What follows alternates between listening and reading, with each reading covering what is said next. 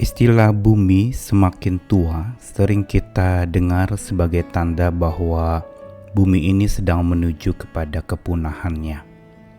Penuaan yang terjadi tampak dari berbagai macam kerusakan-kerusakan bumi, baik karena memang bukan usianya saja yang tua, tetapi juga karena ulah manusia yang serakah dan salah di dalam mengelola ciptaan Tuhan ini yang dipercayakan untuk dikelolanya. Belum lagi berbagai macam musibah, bencana alam demi bencana alam yang terjadi juga makin memunahkan bumi ini.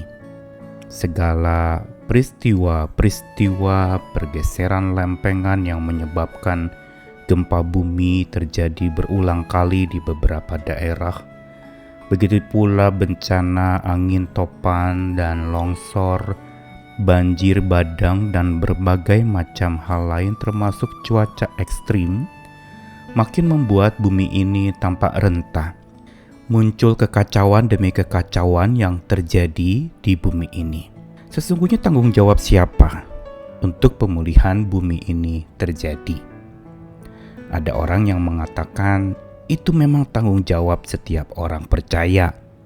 Kita harus mengganti kiblat teologi kita. Pengajaran kita harusnya sekarang kepada ekologi, lingkungan yang kita tata apik, kita benahi, kita bereskan dengan berbagai macam upaya-upaya ramah lingkungan, menjaga dengan memeliharanya. Tetapi ada pula yang mengatakan bahwa tugas pembenahan lingkungan atau bumi yang menuju kepunahan ini itu semata adalah tugas para ekologi saja. Teologi tidak mengajarkan hal itu. Orang percaya tidak perlu terlibat di dalam hal yang satu itu. Keduanya ini seringkali justru menjadi perceraian yang memisahkan antara hal-hal sosial lingkungan hidup dengan hal-hal spiritual yang sesungguhnya dan sebenarnya keduanya tak terpisahkan. Hanya seringkali pandangan ekstrim menyebabkan keduanya dipisahkan begitu rupa seperti minyak dan air.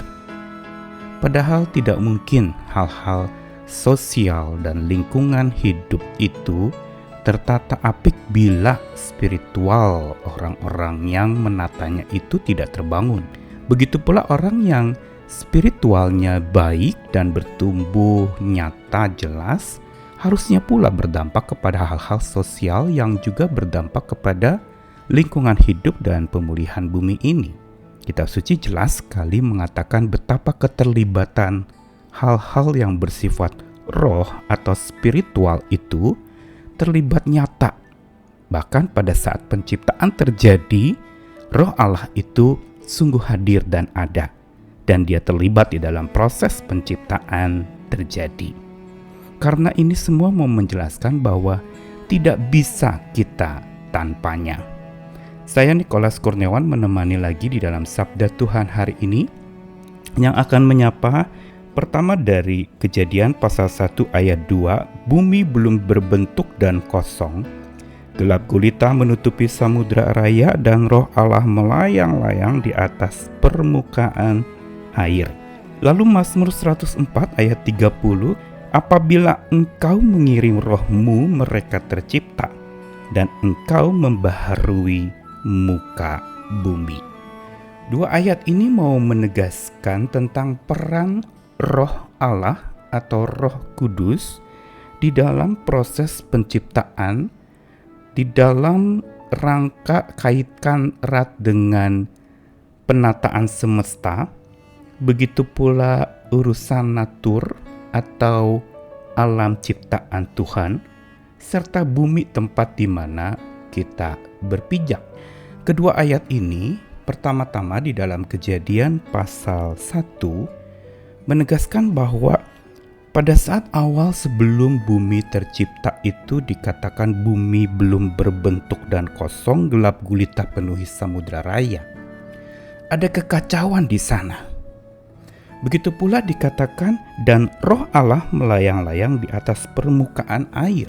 Satu ayat ini mau menegaskan bahwa pada saat dunia belum tercipta, itu ada kekacauan yang mengerikan. Belum berbentuk, kosong, dan gelap gulita yang sangat menakutkan memenuhi samudra raya. Tetapi dikatakan Roh Allah melayang-layang di atas permukaan air. Digunakan sebuah kata dalam bahasa Ibrani rahav, yang artinya adalah relax, menenangkan, grow soft, membuat sesuatu yang kacau itu menjadi tertata, menjadi rapih, tidak kacau lagi, memberikan sebuah penghayatan bagaimana Roh Allah itu memberikan sebuah kedamaian dari kekacauan itu. Dan ini ada di dalam masa penciptaan itu. Roh Allah bergerak di atas permukaan air, di atas kekacauan bumi yang belum berbentuk dan kosong, di atas gelap gulita yang menutupi samudra raya. Dan di sini kita melihat bahwa inilah kebesaran Tuhan. Bahwa tidak bisa tidak bumi ini terjadi karena Tuhan, Dia pencipta alam semesta. Natur tercipta oleh tuturnya. Bukankah tiap Tuhan mau menciptakan sesuatu, Dia katakan, jadilah terang, maka terang itu jadi. Tuhan berkata, jadilah daratan, lautan, dan itu semua terjadi. Natur tercipta oleh tutur Tuhan, dan semesta ini tertata oleh cinta Tuhan. Tuhan bukan saja mencipta, tapi Dia memelihara.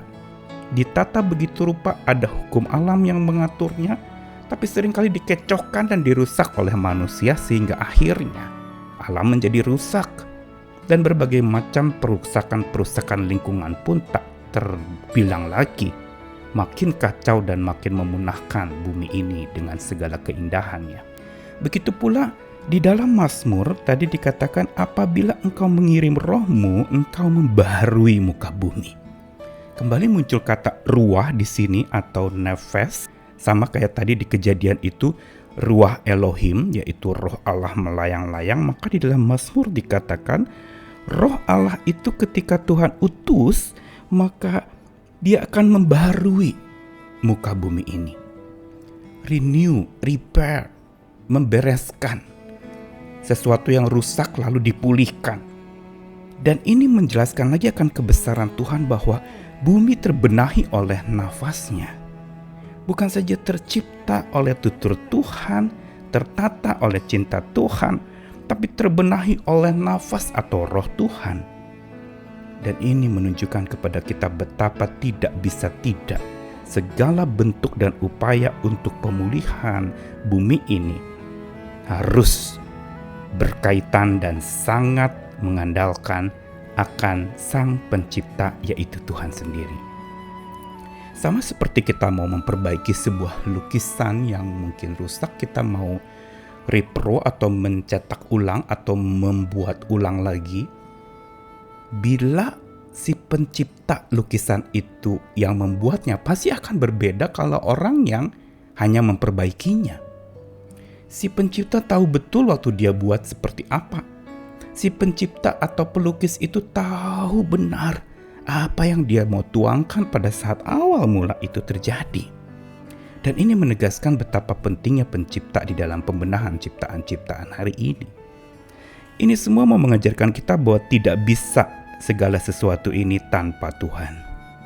Begitu pula segala kiat-kiat kita untuk membenahi alam semesta, segala niat kita untuk membereskan dengan upaya-upaya ramah lingkungan, menjaga kebersihan, kesehatan, juga menjaga pembuangan sampah yang supaya tidak menjadi limbah yang berbahaya, dan segala kegiatan manusia untuk menjaga ciptaan Tuhan itu tidak bisa tanpa Tuhan. Kita perlu berjalan dan bergerak bersama-sama, berkolaborasi dengan Allah supaya semua bisa tertata rapi lagi dan segala masalah dapat teratasi. Karena itu sebagai pribadi-pribadi yang menghuni di bumi ini, kita perlu mengandalkan Tuhan. Juga dalam hidup kita sehari-hari, melewati masa-masa sulit yang sedang ada, bencana demi bencana, binasa yang sedang menanti di depan mata, tidak bisa tanpa Tuhan kita menghadapinya. Karena itu berjalanlah senantiasa bersama Dia yang Maha Kuat. Amin.